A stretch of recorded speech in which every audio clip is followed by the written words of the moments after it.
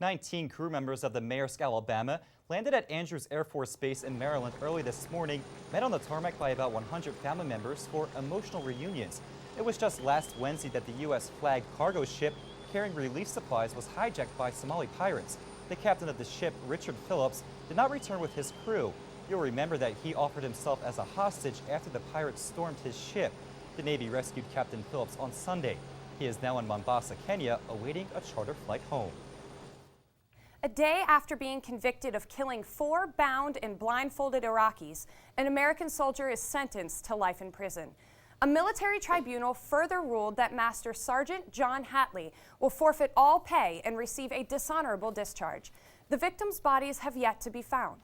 Hatley's conviction for the 2007 murders was based on the testimony of other soldiers. The 40-year-old Hatley could get parole in 20 years.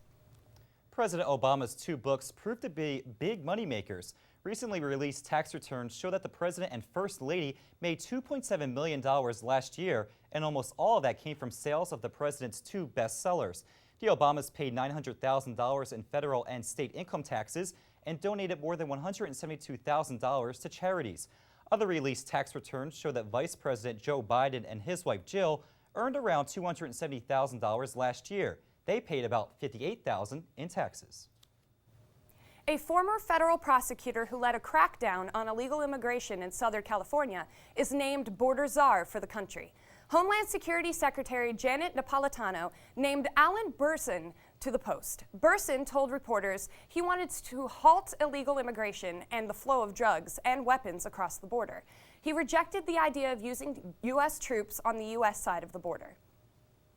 A nationally known award-winning journalist visited the UM School of Communication earlier this week to speak to students and faculty. UMTV reporter Janelle Montagna joins us live in the School of Communication courtyard with the story. Janelle. Now, if you don't recognize the name Leonard Pitts, you probably should, considering he did win a Pulitzer Prize in 2004 for his commentary. His columns run every week in many different newspapers across the country, including his home paper, the Miami Herald. And he did run a Q&A session here at the School of Communication regarding issues about race, music, and journalism in our society today. An enthusiastic applause for the award-winning journalist speaking at Shoma Hall at the School of Communication. Originally a music critic for the Miami Herald, Leonard Pitts expressed his dislike towards the hip-hop culture today. You know, it's all the politics. It's not about the music, it's not about any of that stuff. It's about what can I do that will gather me attention. The discussion moved on to the issue of racism that Pitts believed is still prevalent in society today, using the recent election as an example. Campaigning against Barack Obama said this is a stranger, this is somebody exotic, this is an outsider.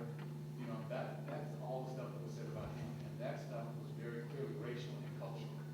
Now, while this award-winning journalist did touch upon race issues that affect our country still today, he did warn aspiring journalists that print media like this is going out of style, and if they want to be successful in the business, they must consider other avenues. Print and multimedia graduate student Deborah Acosta appreciated that she got the chance to hear this from an expert. Having the opportunity to ask him questions about what he thinks of the industry and where it's going, I mean, it's a wonderful opportunity for all of us. Pitts did not leave without giving the students one last piece of advice. What I say to you is also what I say to myself. You got to be hungry.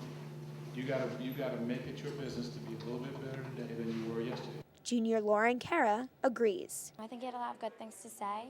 Just, be hungry, keep having fresh ideas, and that's good advice. Leonard Pitts is perhaps the most well-known for a column that he ran directly after the September 11th attacks in 2001. It was an inspiring column for Americans, actually directed at the terrorists who were involved in the attacks. And in case you don't know, his column does run twice a week in the Miami Herald. Reporting live from the School of Communication courtyard, I'm Janelle Montagna. Now back to the studio. Thank you, Janelle. North Dakota is gearing up for another major flood. Emergency officials called for evacuations in the city of Catherine as National Guard troops are dropping sandbags to hold back the water. An eroded dam on an area creek is causing the flood. About 50 residents have been told to leave their homes.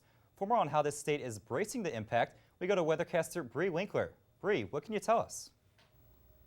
Thanks, Ryan. The National Weather Service is expecting the warm temperatures in the north to melt any remaining ice and snow. The melting could cause a dangerous second crust on the Red River, increasing flooding in Fargo, North Dakota, and Moorhead, Minnesota. The Red Cross is opening an emergency shelter in Valley City, North Dakota, to prepare for extreme flooding. The shelter will offer residents a safe place to stay, a warm meal, first aid, and most importantly, a shoulder to lean on. Coming up later, I'll have your full forecast. Ryan, back to you. Thank you, Bree. The Miami Hurricanes baseball team has surprised many with their top 10 ranking this year. But regardless of how the team does, there is one thing that is always good at the ballpark. UMTV reporter Joey Held has the story. Visitors line up at Alex Rodriguez Park at Marklight Field. And no, it's not to see baseball. They're here for the delicious milkshakes that can be found in the concession area. Meet Mitch Friedman, the milkshake man. He's here every day the Canes are playing, dishing out treats to eager fans. We had no idea how long it was going to be, how successful it would be, or what, but it's really turned into something special. Some of the shakes are named after familiar faces at the ballpark. The J-Row, named after Miami's PA announcer J-Row Keach, is one example.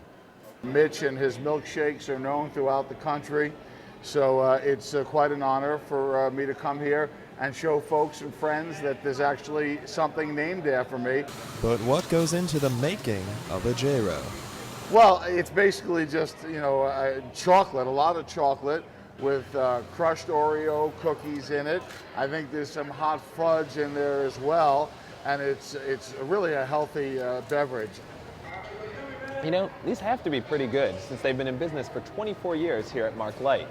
But what's the secret? Why are they so delicious? Well, if I told you, then it wouldn't be a secret. But seriously, like anything else in life or in the food business, if you use quality stuff, take care to use the right amount, you come out with a good product. The shakes are also a big hit among UM regulars, but sometimes it's a love-hate relationship. I wish he would have never had it there because I've gained 20 pounds. I have to have a milkshake every day I'm here. Everybody just knows that it's an amazing part of the baseball experience here in Miami. If you've already had a milkshake, you know it's good. And if you haven't, well, make your way to the ballpark. For UMTV, I'm Joey Held. Coming up next, Bree is back with a look at this weekend's weather. And a former NBA Hall of Famer is taking over at FIU. Mitch will have the details.